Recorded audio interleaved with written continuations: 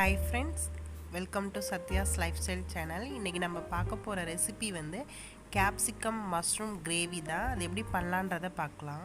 Capsicum mushroom masala பண்ணுறதுக்கு நான் கொஞ்சமாக எண்ணெயை கடாயில் காய வச்சு வச்சுருக்கேன். ஒரு பட்டை 2 கிராம்பு தாளிக்கிறதுக்கு போட்டுக்கிறேன். கொஞ்சமாக சோம்பு தாளிச்சுக்கிறேன். கருவேப்பிலை போட்டுக்கிறேன். ஆனியன் நான் இந்த மாதிரி ரொம்ப ஃபைனாக அரைக்கல, சும்மா கொஞ்சம் கோஸாக அரைச்சி வச்சுருக்கேன். அதை ஆட் பண்ணிக்கிறேன். நீங்கள் ஆனியன் அரைச்சி தான் போடணுங்கிறது இல்லை, சின்ன சின்ன பீஸஸாக கட் பண்ணி கூட போட்டு வதக்கி பண்ணலாம். நான் இது கொஞ்சம் நல்லா மேஷ் ஆகி வரணுங்கிறதுக்காக இந்த மாதிரி போடுறேன். நான் கொஞ்சமாக சால்ட்டு போட்டுக்கிறேன். இது நல்லா நம்ம ப்ரௌனாக வர அளவுக்கு வதக்கணும். இந்த பச்சை வாசனையும் போகணும். நம்ம போட்ட எண்ணெய் பிரிகிற அளவுக்கு இதை நம்ம வதக்கி எடுக்கணும்.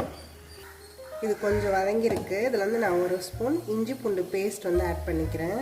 இதையும் நல்லா பச்சை வாசனை போகிற அளவுக்கு நம்ம வதக்கி எடுத்துக்கலாம்.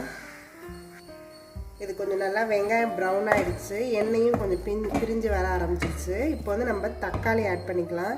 நான் 2 தக்காளி இந்த மாதிரி அரைச்சி வச்சுருக்கேன். 2 ஆனியன் எடுத்துருந்தேன், 2 தக்காளி ஆட் பண்ணியிருக்கேன். இதையும் நல்லா நம்ம வதக்கி இந்த பச்சை வாசனை போகிற அளவுக்கு நல்லா வதக்கி எடுத்துடலாம். இந்த வெங்காயம் தக்காளிலாம் நல்லா வதங்கிடுச்சு. இப்போ நம்ம ஒரு ஸ்பைசஸாக இதில் ஆட் பண்ணிக்கலாம். நான் மஞ்சத்தூள் ஒரு 3/4 ஸ்பூன் கிட்ட போட்டுக்கிறேன். தனியாத்தூள் 1 ஸ்பூன் போடுறேன். மிளகாத்தூள் 1 ஸ்பூன் போடுறேன். இது நல்லா நம்ம வதக்கி எடுத்துக்கலாம். ஸ்பைசஸ் எல்லாம் நல்லா நம்ம வதக்கி எடுத்தாச்சு. இப்போ நான் 1 ஸ்பூன் கர்டு சேர்த்துக்கிறேன். இந்த கர்டையும் நம்ம நல்லா எல்லாத்தையோட மிக்ஸ் பண்ணிக்கலாம். கர்டு ஆப்ஷனல் தான், நீங்கள் வேண்டானா விட்டுடலாம். இது கொஞ்சம் நல்லா டேஸ்ட் தருங்கிறதுனால நான் ஆட் பண்ணுறேன். இதில் கொஞ்சமாக இப்போ தண்ணி ஆட் பண்ணிக்கலாம்.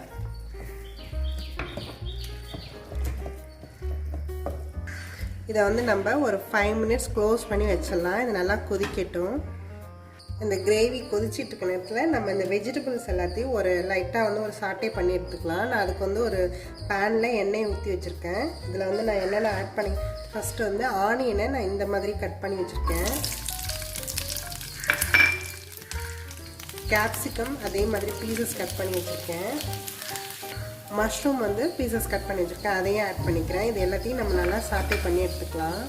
இந்த காயெல்லாம் நம்மளுக்கு ஒரு கால் பங்கு நம்மளுக்கு நல்லா வெந்திருக்கு. இது போதும். இந்த காயெல்லாம் ஒரு பாதி அளவுக்கு நல்லா வதங்கி வந்திருக்கு. இந்த அளவுக்கு இது போதும். இதை நம்ம நிறுத்திடலாம். இனிமேல் கிரேவியில் போய் ஒரு ஹாஃப் இது வெந்துச்சுன்னா கரெக்டாக இருக்கும். இதை நம்ம இப்போ நிறுத்திக்கலாம். இப்போ ஒரு 5 மினிட்ஸ் ஆயிடுச்சு. இந்த கிரேவி நல்லாவே கொதிக்க ஆரம்பிச்சிருக்கோம். இது நல்லா கொதிக்கவும் ஆரம்பிச்சிருச்சு. இப்போ நம்ம அந்த வெஜிடபிள்ஸ் எல்லாத்தையும் இதில் ஆட் பண்ணி கொதிக்க விட்டுடலாம்.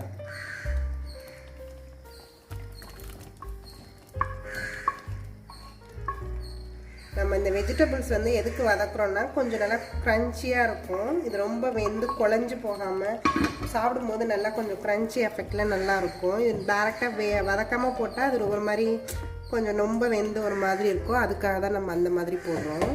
இது நல்லா ஒரு 10 மினிட்ஸ் ஆகிடும். இது உடனே வெந்துடும். அதனால் ஒரு 5 மினிட்ஸ் கூட இதுக்கு போதும். நான் இப்போ இதில் ஒரு 1/2 ஸ்பூன் கரம் மசாலா ஆட் பண்ணிக்கிறேன். இது இப்போ 5 மினிட்ஸ் ஆகிடுச்சு. இந்த கிரேவி இப்போ ரெடியாக இருக்கும். எல்லா காயுமே நல்லா வெந்துருச்சு. இது இப்போ நமக்கு ரெடியும் ஆயிடுச்சு. இதை நிறுத்திடலாம்.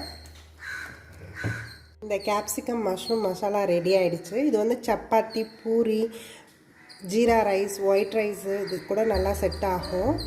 இதை நீங்கள் இட்லி தோசைக்கு கூட தொட்டுக்கலாம், அதுக்கும் நல்லாயிருக்கும். இதில் நீங்கள் லாஸ்ட்டாக நிறுத்துறதுக்கு முன்னாடி நீங்கள் இன்னும் கொஞ்சம் ரிச் டேஸ்ட்டு வேணும்னா கேஷ்யூ நட்டும் கொஞ்சம் கசகசா இதெல்லாம் சேர்த்து அரைச்சி அது கூட சேர்க்கலாம்.